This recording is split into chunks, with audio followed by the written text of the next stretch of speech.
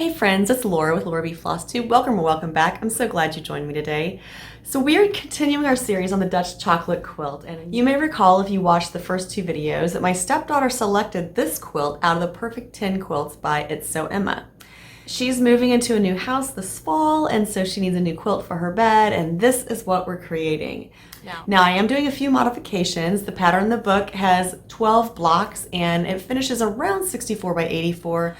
I'm creating 16 blocks and it's going to finish around 84 inches square. Today what we're going to be doing is creating our strip tube sets, cutting our half square triangles, pressing those open, and doing a few different block layouts for her to choose from. Callie does get to decide which block layout she likes the best, so you're going to stay tuned until next time to figure out which block she chose. So let's get making our strip tube sets and let's talk through a few things I do just to make this process easier. Wait, one more thing I need to add. In the cutting instruction video, I cut out all of my strips and I cut out my sashing and my row sashing, and it was great. And then I realized I forgot to cut out the squares for the center of the block. So if you've done all of your cutting and you didn't catch that mistake, go back, look at the pattern, and make sure you cut the center square for each one of our blocks. Otherwise, when you go to start constructing your squares, you're gonna be like, what happened? Where'd my center square go? And then you're gonna be like, Laura didn't tell me to do that. And I'm gonna be like, yeah, I didn't, I forgot. But I caught it and I have them cut. So when we do our block layouts today, you will see a center square in my blocks. Okay, let's go back to the sewing machine. We're gonna sew some strip tube sets. Basically what I'm going to do to create these strip tube sets is I'm taking one of my focus fabrics and one of my background fabric strips and laying those together. So here you will see I have one of the black and red flower strip sets and one of the background fabric strips. And I'm just going to put those together. Now if you want to pin these, please feel free to do so. I just don't really pin. I have adjusted my stitch length down to 2.0. I know some people go down to even 1.8, which is fine if that's what you want to do. I found that 2 is plenty small for me. The other thing I'm doing is I'm using this little handy dandy tool here, and it's basically just a guide to keep that strip moving through the machine in a consistent manner. So I'm just going to put this right by my presser foot because I know my presser foot is a 1/4 inch foot. And then I can just sew at my leisure.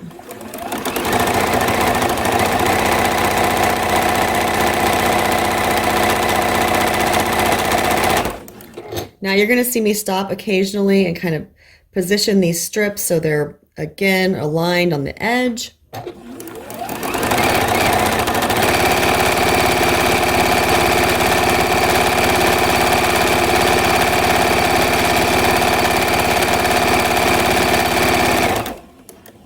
Nothing too fancy here. We're just doing a 1/4 inch seam all the way down one side of our 2 strips.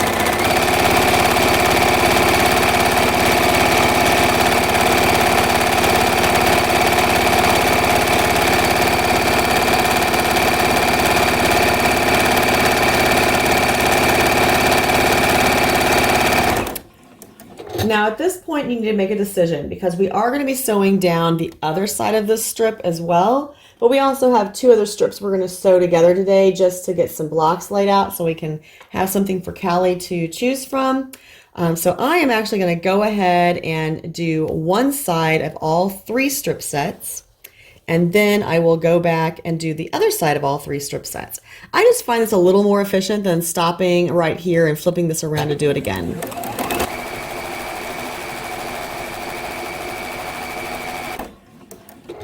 You definitely want to make sure these are lined up really well with the edges of the 2 strips, but if they're not perfect, it's not going to matter, I promise.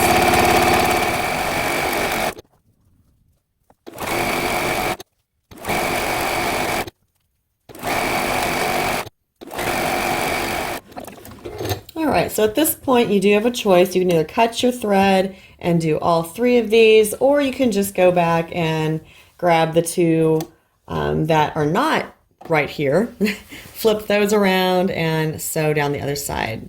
So this one already has a seam on this side of the strip. We're just going to put another seam on this side, and they're both just 1/4 inch seams.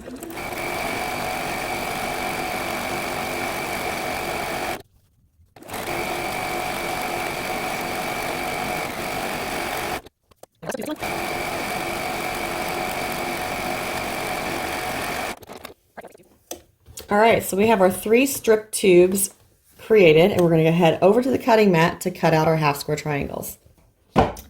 Okay, so the little handy dandy cheat sheet that I found online told me that I should be able to get 12 of these out of each strip. So with this first strip, I'm kind of taking a chance. I am going to fold it in half and cut 2 half square triangles at a time.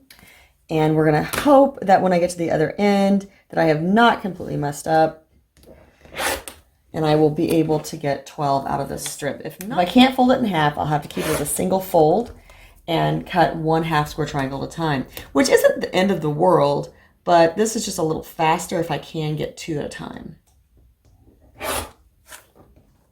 All right, so we have 2, 4, 6, 8, 10. It looks like I will be able to fold them in half. Here's 12, and I'm actually getting 13 from one strip, not 12. So that's going to be kind of nice. We'll have a little bit of extra. So as I told you, you will have a little scrap doing this method, but it's so much faster to make your half square triangles because these are already squared up. All I have to do is pop this one little stitch, and there's my half square triangle. So I'm going to cut the other 2 strips and then head on over to the ironing board to press them all open. I don't typically stack up multiple strips with this. I have done that in the past and I've kind of regretted it when I did it. But if you are sure that your 1/4 inch seam is accurate all the way down your strip, then you can definitely try to do that across your strips. With that seam guide that I showed you on the machine, it really does help keep the stitch consistent all the way down the strip.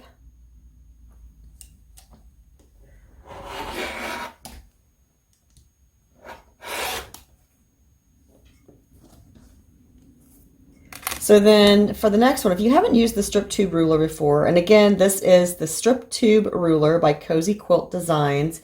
And basically it has everything from 1 inch to, actually it has a 1/2 inch too. Everything from 1/2 inch all the way up to 9 inches for a half square triangle. And you just line that up across your strip set and cut at this angle, and then when you pop those little pieces open, you have a perfectly trimmed half square triangle that does not require you to square it up.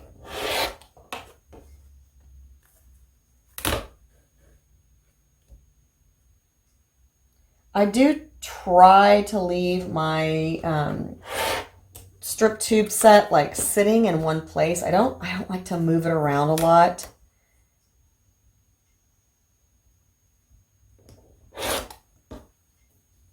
And you just line it up on the line and cut it out. All right, we're going to do one more strip tube set and then head on over to the ironing board. Just want to make sure that your edges are lined up really well. And you're going to trust, which is sometimes hard, I know, but you're going to trust that those seams are right. And if you're not confident in doing it like this, please just open up your strips and cut 1 at a time. There's nothing saying that you have to do 2 at a time. I just like to take a few little shortcuts and cheats when I can. And they do definitely come back to bite me occasionally. Now, if you do happen to get off a little bit, like you may have seen me do right there, you can definitely just make a new cut with your ruler. Just move over a little bit. Let's say this was off a little bit. I would just move my ruler over just a smidge and make a fresh cut on this side. So you can just do this and then make a fresh cut on this side. And you are more than welcome to do that as many times as you feel you need to. Most of the time I feel like I'm pretty good. Occasionally, I do get a little off, and I want to clean that edge up a little bit. All right, so now we have 39 half square triangles made, lickety split. We're gonna head on over to the ironing board and get these pressed open. My ironing board set up, I'm just gonna take each one of these little guys, and I'm gonna pinch it just a little bit and just flatten it back. Now, I will tell you that I know that I'm probably breaking a few rules on pressing, because I have friends that tell me you should not stack these. It's not good. I know. I still do it. I'm a rebel. What can I say? I did bring a design board with me as well, just because as soon as I get one color done, I'm going to grab them up and put them on the design board, kind of get them out of the way. Now, since our strips are cut at such a great width, because of that chart that I found, it really doesn't take much effort at all just to pop that one little stitch that's at the point of these half square triangles to get that focus fabric to roll back. And I am just pressing these all to the dark, so I'm pressing them all to the focus fabric side.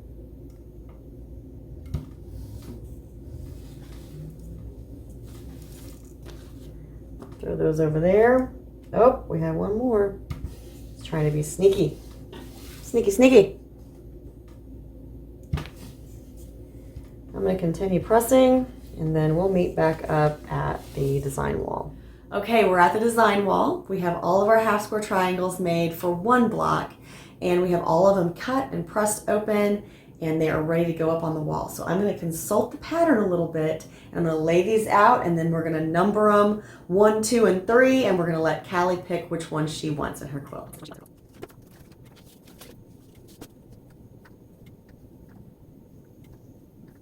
I found when I'm working with blocks like this, when you're laying them out, I like to start with, instead of doing a row, I like to do a color, because that way it kind of helps me. I am angrily challenged, so if I wouldn't do them color by color, I would get so confused. So here's that, and then, see, I'm already confused. Let's see. Is it this? I gotta find like a pattern or something in the block in order to keep going with it. Otherwise, I get so confused. Woof. All right, let's see. There's 1, 2, 3, 4, 5, 6, 7, 8. So that's all of the black and backgrounds that we need. We have 4 more of these will go on the outer corners, but the rest of these are going to be the green. When you break these down, they do go out.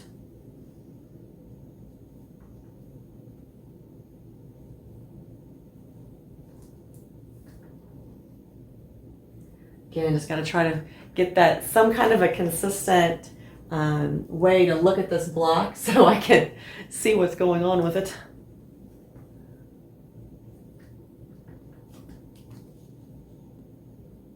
We have 4 more in these outer corners, and these all point out.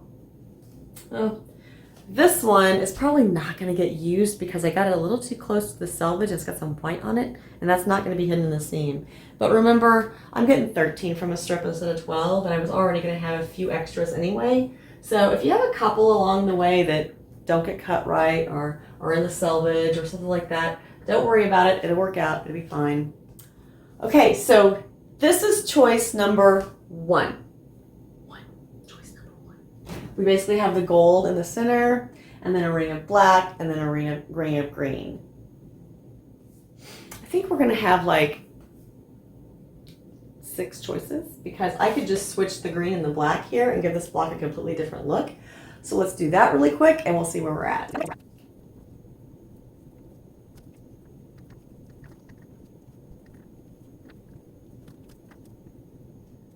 Choice 2, gold still in the middle. Green and black swapped.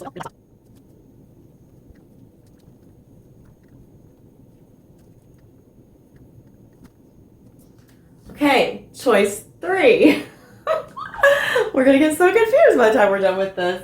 green in the middle, then gold, then black. Now we're going to swap the gold and the black and see which one we like.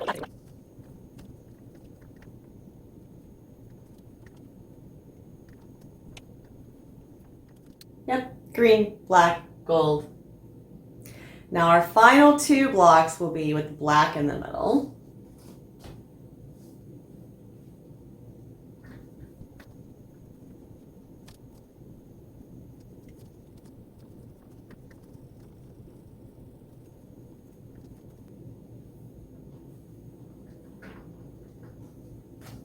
Black in the middle, a green ring, and then the gold ring. Now we're going to switch the gold and the green, and for our final selection.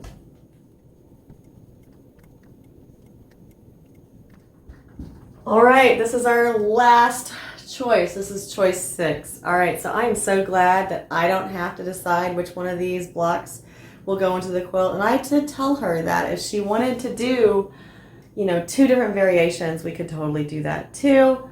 We will just have to see what she comes up with. So I would just tell you, go back and pause and look and take some screenshots if you need to, and look at the 6 different blocks and just think about how the color placement really changed the look of this block.